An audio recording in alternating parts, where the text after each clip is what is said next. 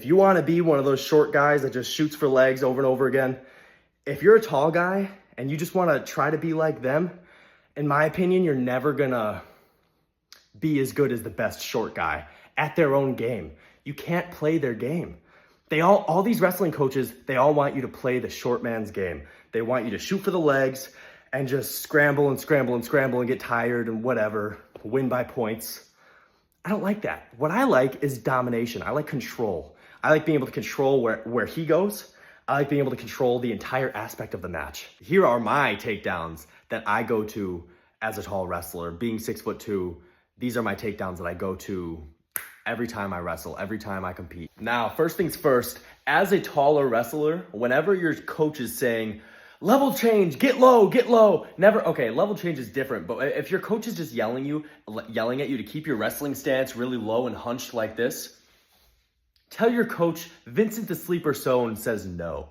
That's wrong, all right? That's dead wrong, and that's how you lose. That's how you lose the battle. When you're 6'2", or even 6 foot, 5'10", if you're going against, I didn't even say this before, my weight class was around like 155. I'm a lean guy. I'm like 7% body fat. So when I'm going up against someone way shorter than me, if he's down here and I'm gonna crouch to try to get to his level, it's not gonna work. He's always gonna shoot on my legs or whatever it may be, right? You need to understand that you have a disadvantage when it comes to shooting at legs because you're up here.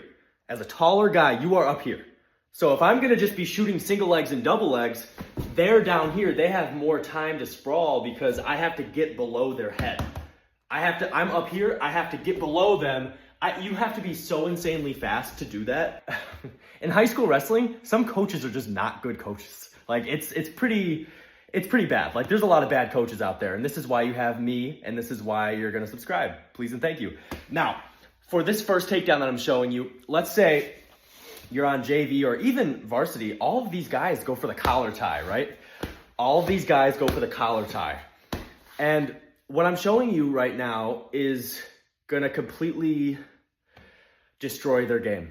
Everyone that goes against you is gonna be like, because they don't have someone else like you in their training room. So when you're competing and you do what I'm about to show you, they're gonna be like, they're not gonna know what to do because they don't have anyone else to mimic your style. Now, let's say this guy's going for a collar tie on me, right? He's grabbing my head.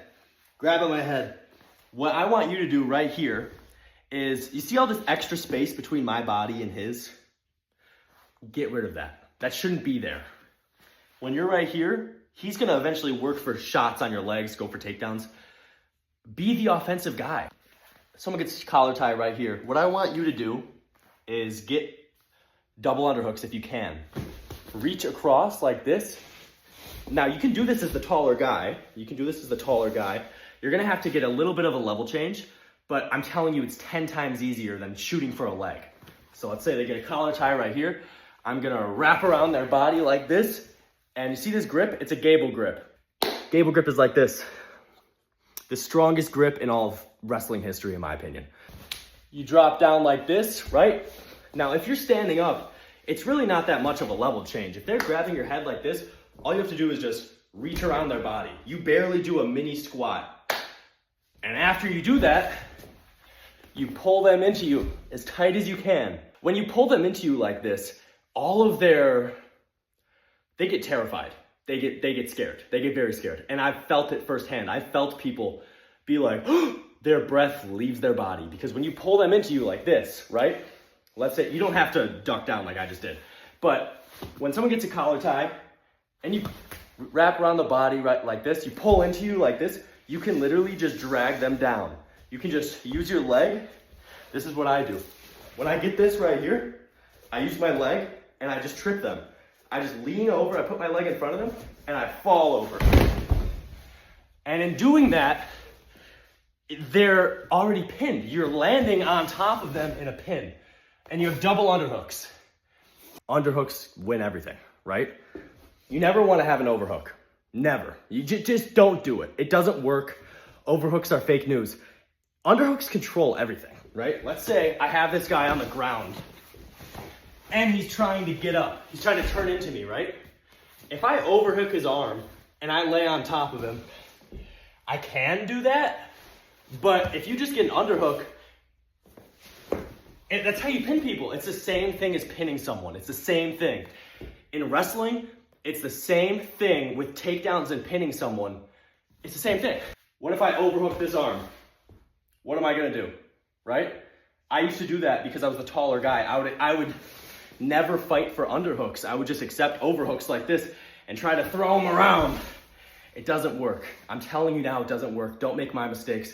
It took me like 3 years of high school wrestling, or 2 years of high school wrestling to learn this, that underhooks win every fight. Every fight in MMA, you'll see it in MMA. Look at what Khamzat Chimaev did to Dricus du Plessis. If you want to study the best wrestler in the UFC today, watch Khamzat Chimaev and watch the way that he just flowed. He just got double underhooks. He would go to the back with the double underhooks. He'd drag them down like this. That's what I want everyone watching this to become. Let's get into the next takedown. So, this is actually, speaking of Khamzat Chimaev, this is what Khamzat Chimaev does, all right? With the body lock, right, you can get, all you really need is one underhook. You could just reach over. You can have the far side underhook like this and just pull them into you and fall down. You really only need one underhook, right? But why not have two? Why not put your arms under both his arms? If you watch suplexes, look at where both my arms are right now. Both my arms are under his arms. That's why you can pick someone up and drop it, because you're under their arms. Now, let's see if I can try to do that with being over his arm. If I'm over his arms, let's see. It doesn't work. It just doesn't. Underhooks are king. They win every battle. As a taller wrestler, my advice to you is always stay under the arms. Even when you take them down, stay under the arms. As a tall guy, watch this. Watch the single leg. Watch what I do after I touch his leg, after I grab that single leg. Snatch single, I grab the leg like this, and I instantly, because my shot is closing distance, I'm shooting like this, and then I'm wrapping up to the body like this and getting double underhooks.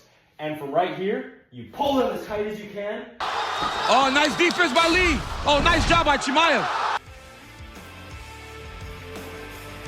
The second that I touch that leg, I'm going right up to the body. Right up to the body.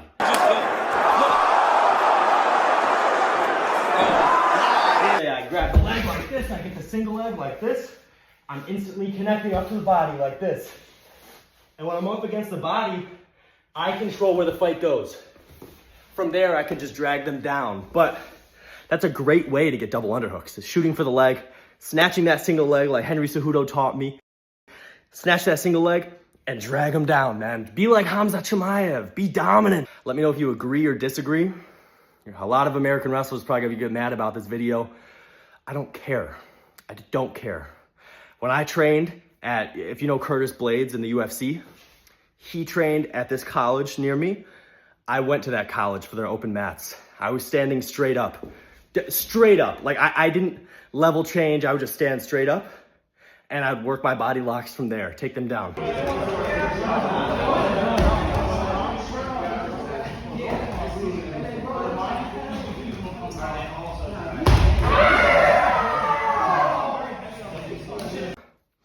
I remember all of those college wrestlers, I was only 17. All of those college wrestlers were asking me, are you trying to go to the Olympics? You're really good. Like, you have such a unorthodox stance. Like, what is this? Are you a judo guy? Are you a... And I would just say, no, like I'm just a top heavy pressure grappler. You have to adopt a style that the other guy hasn't been able to train with. The reason why I do so well in jiu-jitsu tournaments and wrestling tournaments against shorter wrestlers is they all do the same thing. They do the same thing. They go for single leg, double leg. Maybe sometimes they get a single leg, they cut an angle, and it's a little bit harder to defend. That's it. That's it. Now, once you realize that, it gives you the advantage. Us taller guys, we have to realize this is not a game for us, all right? This short man's game is not for us. We have to make it our own by adopting our own takedowns, not doing the single leg, double leg garbage, by doing what we want. And if any high school wrestling coach has any problem with what I've been saying, you can direct them to me. I will call your wrestling coaches and tell them, I trained at American Kickboxing Academy with the same team that trained Khabib, Islam, DC, some of the best in the world. Umar, Usman, all of the best. Cain Velasquez. Anyway, point being is if my technique worked over there, which it did against some of the best wrestlers in the world, why would it not work in your JV wrestling match? Why would it not work in your wrestling match, in your varsity wrestling match? If you agreed, like and comment. I hope you all enjoyed.